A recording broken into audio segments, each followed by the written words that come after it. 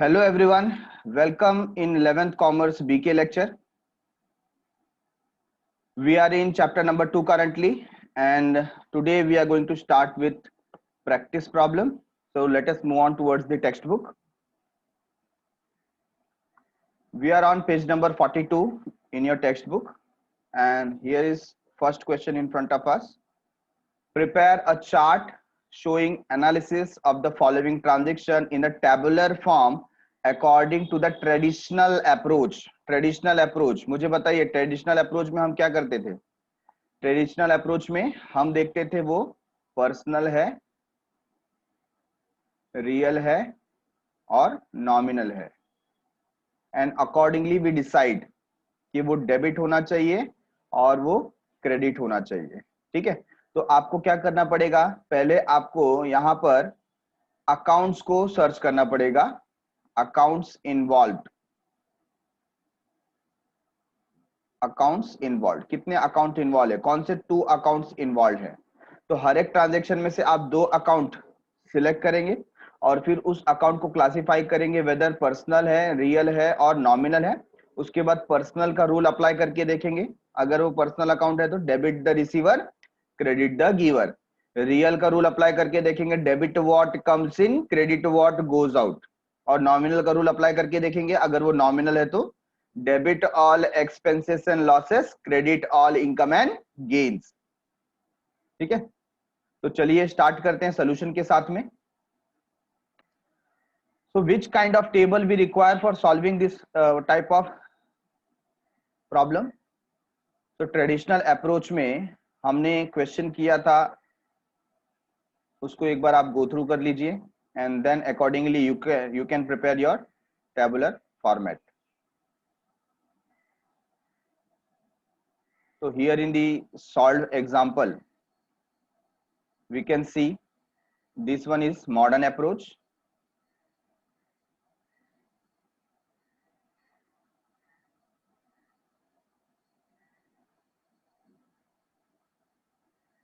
And here it is traditional approach. तो ये आपको टेबल प्रिपेयर करना है जिसके अंदर कॉलम्स क्या क्या आ जाएंगे? First serial number, and then we would be having transaction, 2 aspect effect, accounts involved, and classification of account, rule applied, and account to be debited, account to be credited. Total how many columns we have? 1 2 3 4 5 6 7 8. 8 column we require. ठीक है, so I will request all of you to prepare this format in your notebook. So here we are along with our format. We are starting with point number 1. क्या है देखो, first point क्या लिखा है question number 1 में? राजा साहेब started business with cash 85,000. So we will write transaction number 1. Raja Sahib started business with cash rupees 85,000. Right?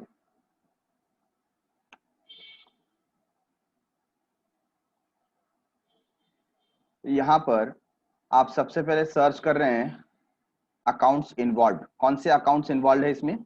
सो राजा साहब started business, business start हो रहा है कैश से, तो हमारे लिए क्या हो जाएगा? Capital and cash. तो first we will write cash account, cash account एक आ जाएगा,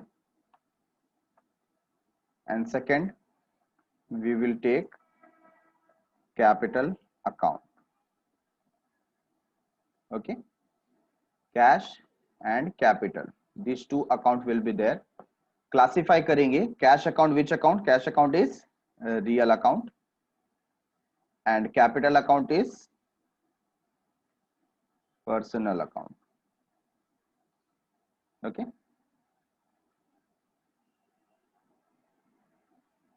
रूल क्या अप्लाई हो रहा है?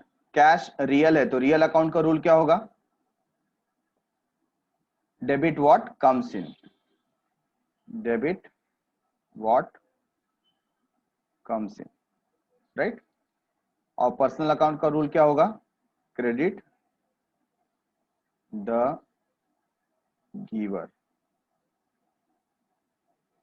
credit the giver। अच्छा, अब हम क्या कर रहे हैं यहां पर, आप इसको कंपेयर करो, कैश से हम कंपेयर करेंगे रूल को, तो हम क्या लिख सकते हैं, टू एस्पेक्ट में we can write cash comes in, cash comes in. And what about capital, we can write owner is giver, owner is giver. ठीक है, या आप लिख सकते हैं प्रोपराइटर इज गिवर। तो यहां पर क्योंकि कैश आ रहा है, ठीक है ना, दिस कैश इज कमिंग, तो कैश अकाउंट क्या करेंगे हम, डेबिट करेंगे। ठीक है, और owner is giver, hence capital account will B credited।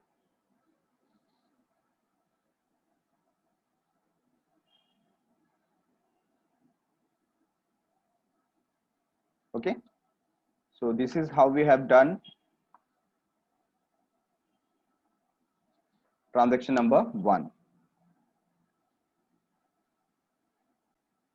Point number 2, transaction is goods purchased for cash, goods purchased for cash rupees 5000। तो 5000 का गुड्स हमने क्या किया, परचेस किया है।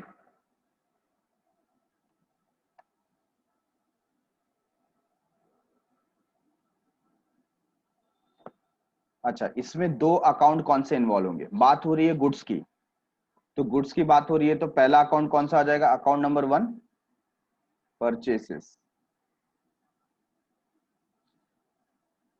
नंबर 2 गुड्स आ रहा है, कैश जा रहा है, तो cash account, right. Then purchase account is which account, it's a nominal account, and cash account is which account, it's a real account. Nominal account का रूल क्या है, debit all expenses and losses, और real account का rule क्या होगा, credit what goes out. ठीक है, तो परचेस को we will compare with rule, purchase is an expense. ठीक है, तो ये हम कहा लिखेंगे, टू एस्पेक्ट में, purchase is an expense and cash के बारे में क्या लिखेंगे, कैश गोज आउट, कैश जा रहा है।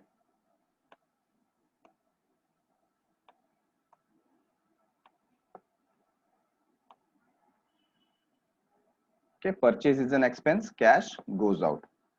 तो इसके अकॉर्डिंगली परचेस को क्या किया जाएगा, डेबिट किया जाएगा, क्योंकि परचेस एक्सपेंस है, तो परचेसेस अकाउंट डेबिट हो जाएगा and cash account will be credited।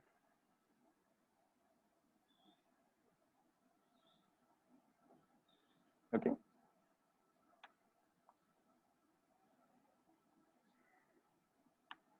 so we will underline this thing।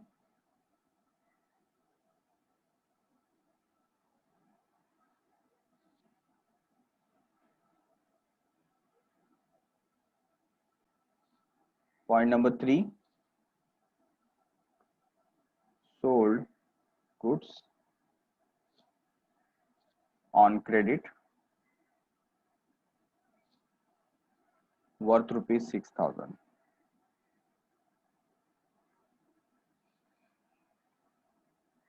worth rupees 6000। तो यहाँ पर कौन से 2 अकाउंट्स इन्वॉल्व हो जा रहे हैं? पहली बात, गुड्स सेल किया है, सोल्ड गुड्स ऑन क्रेडिट। क्या कैश आया है? Answer is no. ठीक है ना, ये हमने किस में सेल किया है? क्रेडिट पे सेल किया है, मतलब पैसा आना बाकी है, अभी तक पैसे आए नहीं है। ठीक है, तो वहां पर कौन क्रिएट होता है? जिससे पैसा लेना बाकी है, वो मेरा कौन है? डेटर। तो एक अकाउंट आ जाएगा debtors account. Which account? Debtors account. और दूसरा सेल्स हुआ है, क्या हुआ है? सेल्स। तो sales account we will write sales account. ठीक है, अब ये जो डेटर है उससे पैसा आना बाकी है, तो डेटर हम कहां पर पुट करेंगे? पर्सनल अकाउंट में, पर्सनल अकाउंट। ठीक है, और सेल्स, सेल्स हमारे लिए क्या है? इनकम है, तो इनकम कहां जाता है? Nominal account. Right, personal account का rule, debit the receiver, debit the receiver. और नॉमिनल अकाउंट का रूल, क्रेडिट ऑल इनकम और गेन, क्रेडिट ऑल इनकम और गेन। तो इसके हिसाब से डेटर कौन हो जाएगा? Debtor is receiver.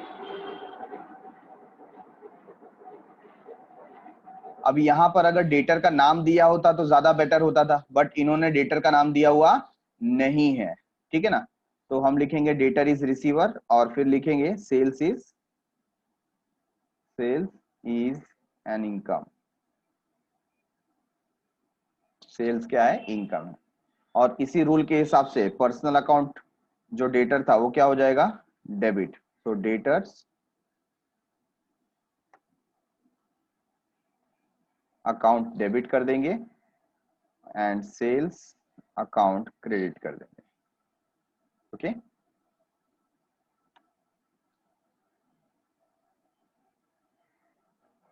अंडरलाइन कर देते हैं।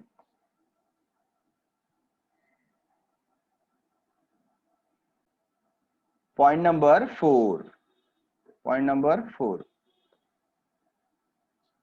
क्या दिया हुआ? देखो, cash deposited into Bank of Maharashtra rupees 12,000। We will write cash deposited into Bank of Maharashtra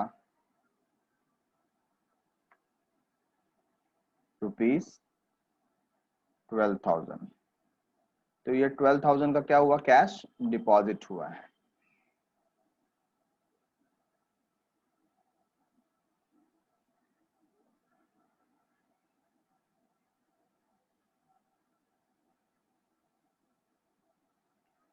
okay, तो इसमें दो एस्पेक्ट कौन से हैं?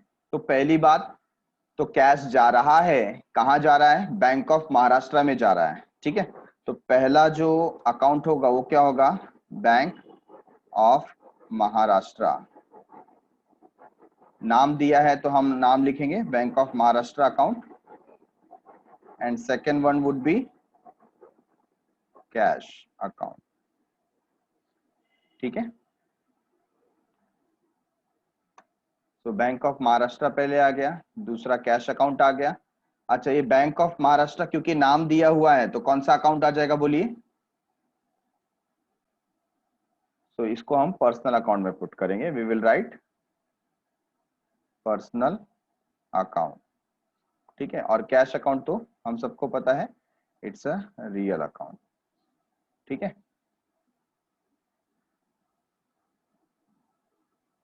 अभी बैंक अकाउंट में क्या हो जाएगा? Bank of Maharashtra is receiver. तो पहले हम इसका रूल लिख देते हैं। रूल में क्या लिखेंगे?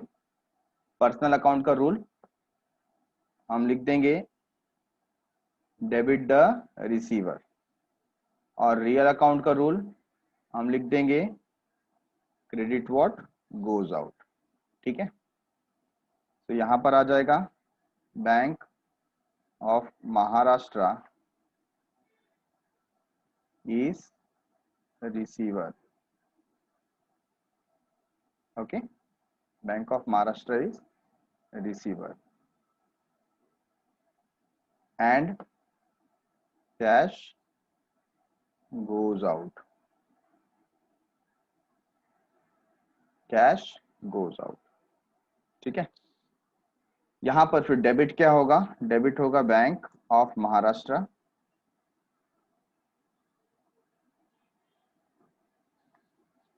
Account, it will get debited, और क्रेडिट क्या होगा, कैश अकाउंट, ये क्रेडिट हो जाएगा।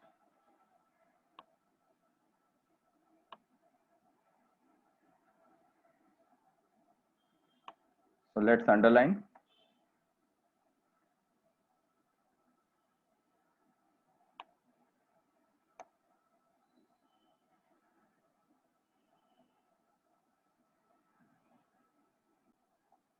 Point number 5.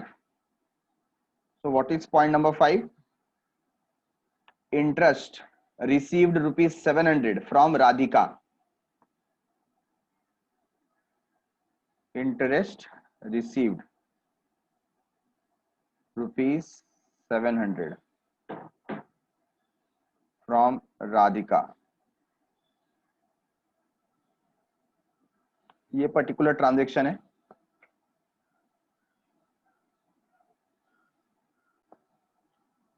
So interest is received. अच्छा, इंटरेस्ट हमें क्यों मिलेगा, इंटरेस्ट इसलिए मिलेगा कि हो सकता है हमने राधिका को क्या दिया हुआ है, लोन दिया हुआ है। ठीक है, तो राधिका हमें इंटरेस्ट पे कर रही है, तो एक अकाउंट हमारे लिए क्या आ जाएगा, इंटरेस्ट किस में मिला, कैश में मिला, so we will write cash account. और दूसरा क्या मिल रहा है, इंटरेस्ट, तो इंटरेस्ट अकाउंट। राइट, अभी कैश, कैश कौन सा अकाउंट है, रियल अकाउंट, और इंटरेस्ट कौन सा अकाउंट है, nominal account. Right, so real account का rule is what, debit what comes in,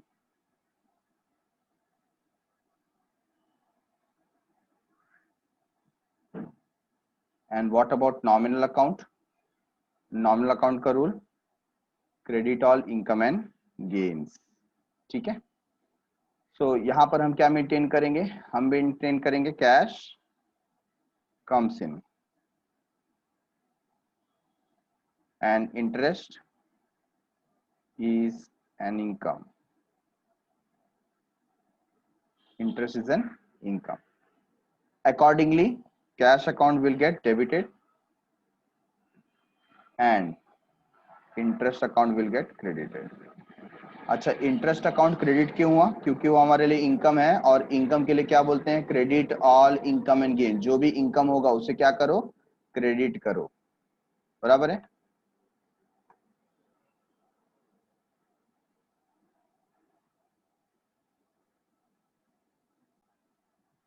next is transaction number 6. So transaction number 6 is what? Paid rent rupees 2000 to landlord. Paid rent rupees 6000 to landlord.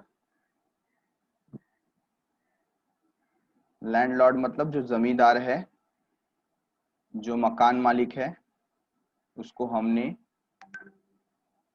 Rent पे किया। ठीक है ना, paid rent rupees 2000 to landlord. Sorry, 2000 हम पे कर रहे हैं, 6000 नहीं पे कर रहे हैं, सो इट इज 2000। ओके, तो कौन से दो अकाउंट इन्वॉल्व हैं, अकाउंट नंबर 1, बात की जा रही है पेमेंट की, कैश जा रहा है, और क्यों जा रहा है, क्योंकि हम रेंट पे कर रहे हैं, so we will write rent account. Number 2, cash is going out, cash account. ठीक है, so rent is which account, it's a nominal account, and cash is which account, it's a real account. So real account का rule क्या हो जाएगा, credit what goes out, और nominal account का rule क्या है, debit all expenses and losses, right. So हम क्या लिखेंगे, rent is an expense and cash goes out. Accordingly, a rent account will get debited and cash account will get credited. Underline.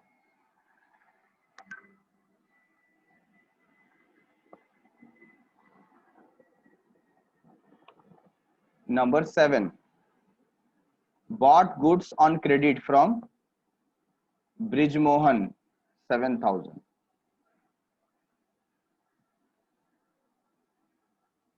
Bought goods on credit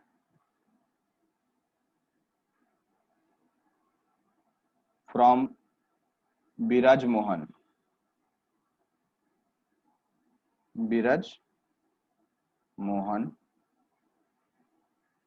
rupees 7,000. ठीक है, तो ये हमारा transaction हो गया। अच्छा, सबसे पहली बात, हमने गुड्स परचेस किया तो क्या आएगा, परचेसेस अकाउंट, परचेसेस अकाउंट। दूसरी बात, क्या हमने कैश पे किया, आंसर इज नो। क्या है ये, क्रेडिट ट्रांजेक्शन है, ठीक है। तो यहाँ पर क्रेडिट ट्रांजेक्शन में पर्सन का नाम आ जाएगा, जिसका नाम क्या है, बीरज मोहन। तो बीरज मोहन अकाउंट, बीरज मोहन अकाउंट, ठीक है। तो परचेसेस क्या है, परचेसेस हमारे लिए नॉमिनल अकाउंट है, we will write nominal account. और ब्रिज मोहन क्या है हमारे लिए, ब्रिज मोहन हमारे लिए पर्सनल अकाउंट है, ठीक है। So we will write personal account. Nominal account का रूल क्या है, नॉमिनल अकाउंट का rule debit all expenses and losses, और पर्सनल अकाउंट का रूल क्या है, क्रेडिट द गिवर, राइट है। सो परचेस में आप क्या लिखेंगे, परचेस इज एन एक्सपेंस। और ब्रिज मोहन कौन है, Brij Mohan is giver.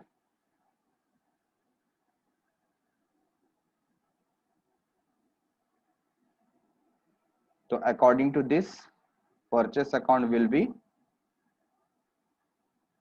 debited and Biraj Mohan's account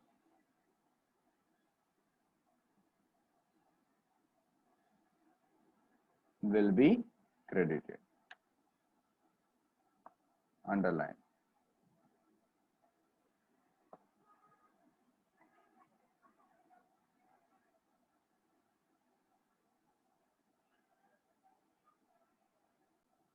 point number 8, point number 8 देखिए क्या बोल रहा है, withdrew cash from bank,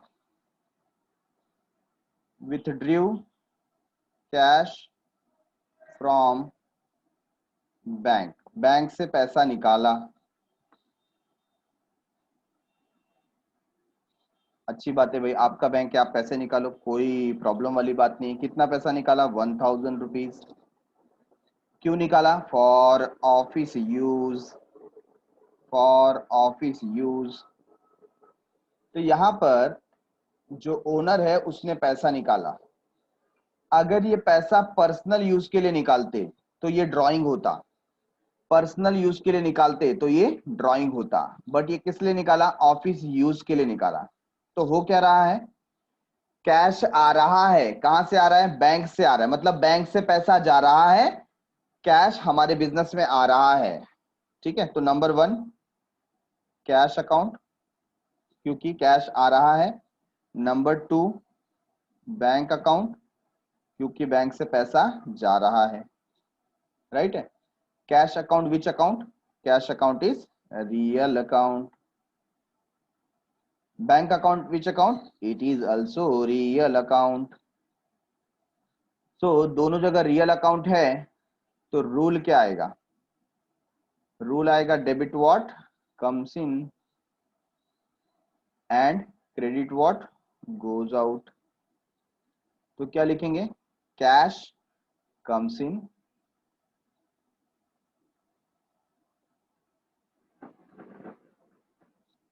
and cash goes out from bank, bank से कैश गया। ठीक है, तो यहाँ पर बैंक क्या हो जाएगा, क्रेडिट। तो डेबिट में हम लिखेंगे कैश अकाउंट और क्रेडिट में हम लिखेंगे bank account. Underline.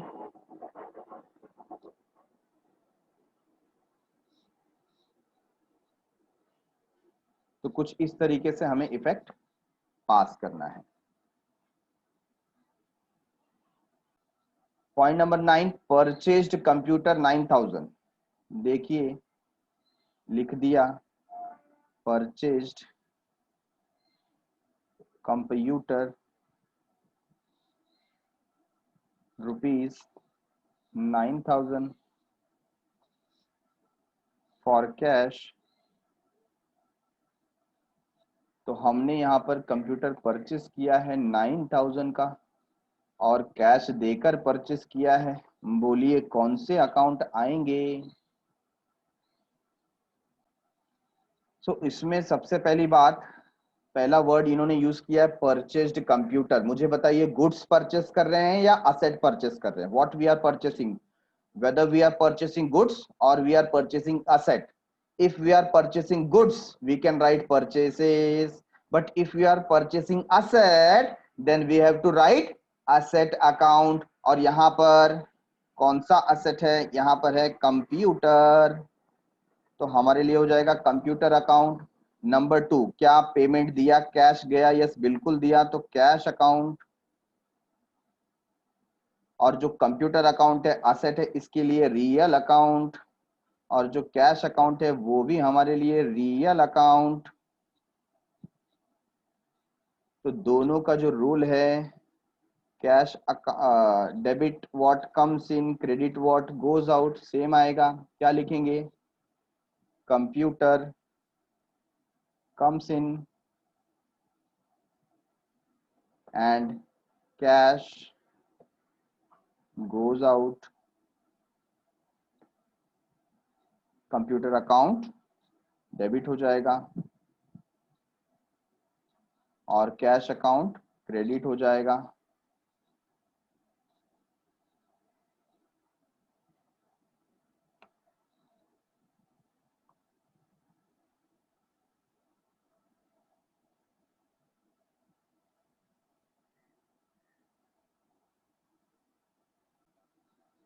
Point number 10, point number 10 is paid mobile bill, bracket में लिखा है office,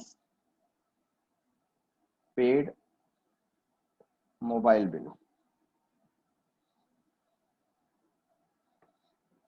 into bracket office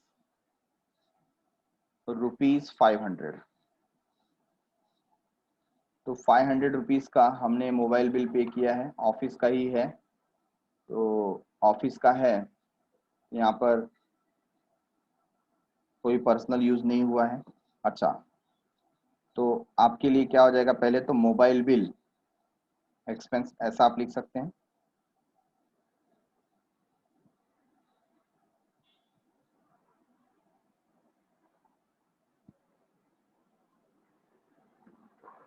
mobile bill expense account, ये आपका एक हो जाएगा। और नंबर 2, क्योंकि ये पेड है तो क्या होगा, कैश अकाउंट। ठीक है, एक्सपेंस है तो कौन सा account, it will be a nominal account. और कैश है तो कौन सा account, it will be a real account. तो नॉमिनल अकाउंट का रूल क्या है, debit all expenses and losses. और रियल अकाउंट का रूल क्या है, क्रेडिट व्हाट गोज आउट। तो mobile bill is an expense लिखेंगे, mobile bill is an expense. और कैश के बारे में लिखेंगे कैश गोज आउट। तो यहाँ पर आप लिखेंगे mobile bill expense account debit and cash account credit. Okay, so underline कर लेते हैं। नंबर 11th नंबर में आप देखिए क्या दिया है, sold old mobile, sold old mobile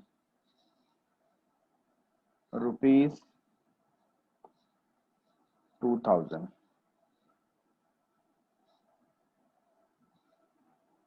number 1। तो यहाँ पर सबसे पहली बात, sell old mobile, old mobile बेच रहे हैं। ओल्ड मोबाइल क्यों बेच रहे हैं भाई, ये हमारे पास पहले हम यूज करते थे, इसके लिए सेल कर रहे हैं। तो ये जो मोबाइल फोन है ये हमारा क्या है, एसेट है। क्या है, एसेट। तो ये मोबाइल आप सेल कर रहे हो मतलब मोबाइल जा रहा है, और क्या आ रहा है, कैश आ रहा है। अब कोई बोल सकता है कि सर इसमें तो कैश के बारे में कुछ लिखा हुआ नहीं है, तो कैसे कंसीडर किया, ये हमने एज्यूम किया। क्यों, क्योंकि अगर ये क्रेडिट ट्रांजेक्शन होता, या तो पार्टी का नाम बताना चाहिए था, या तो बोलना चाहिए था ये क्रेडिट ट्रांजेक्शन है। दोनों ही नहीं दिया है, ना पार्टी का नाम दिया है और ना ही बोला है क्रेडिट ट्रांजेक्शन है। ठीक है ना, तो हम क्या समझेंगे, it is a cash transaction. तो number 1 will be cash account. क्या आ जाएगा, कैश अकाउंट। ठीक है, और दूसरा हमारे पास से एक असेट जा रहा है, क्या जा रहा है हमारे पास से, मोबाइल जा रहा है। So we will write number 2 mobile account. So cash is what, real account, and mobile is also what, real account. दोनों ही असेट है। तो दोनों का जो रूल होगा, debit what comes in, credit what goes out. तो आप यहां पर क्या लिखेंगे, cash comes in and mobile goes out.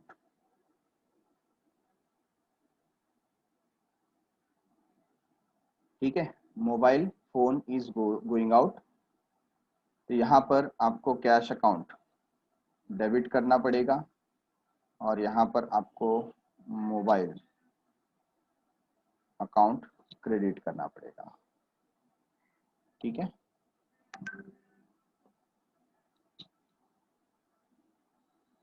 Underline करेंगे। And the last one, number 12। Exactly देखिए, मैंने जितना कॉलम्स ड्रॉ किया था उस कॉलम में हम लोग लास्ट तक पहुंच भी गए। क्या कोइंसिडेंस है, received rent, received rent ₹1000, 1000 rent मिला। From tenant,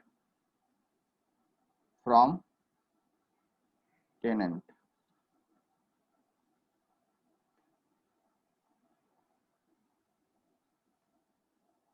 okay, so rent received हुआ है, तो सबसे पहली बात, रेंट किस में रिसीव होगा, कैश में होगा, तो कैश अकाउंट आ जाएगा। और ये हमारे लिए इनकम है, रेंट क्या है, इनकम है, तो हम लिखेंगे रेंट अकाउंट। तो cash account which account, real account. Rent account which account, nominal account. Cash account जो है रियल, रियल अकाउंट का रूल क्या है, डेबिट व्हाट कम्स इन। और नॉमिनल अकाउंट का रूल क्या हो जाएगा, credit all income and gains. So आप लिखेंगे cash comes in and rent is an income. तो कैश अकाउंट को आपको क्या करना पड़ेगा, डेबिट करना पड़ेगा, और रेंट अकाउंट को क्रेडिट करना पड़ेगा। ओके,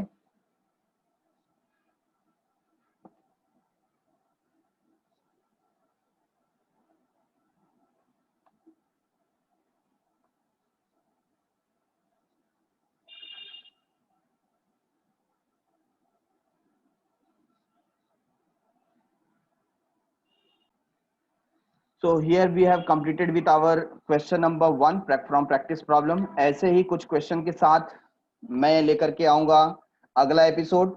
तब तक के लिए बाय बाय, शब्बा खैर, सायोनारा.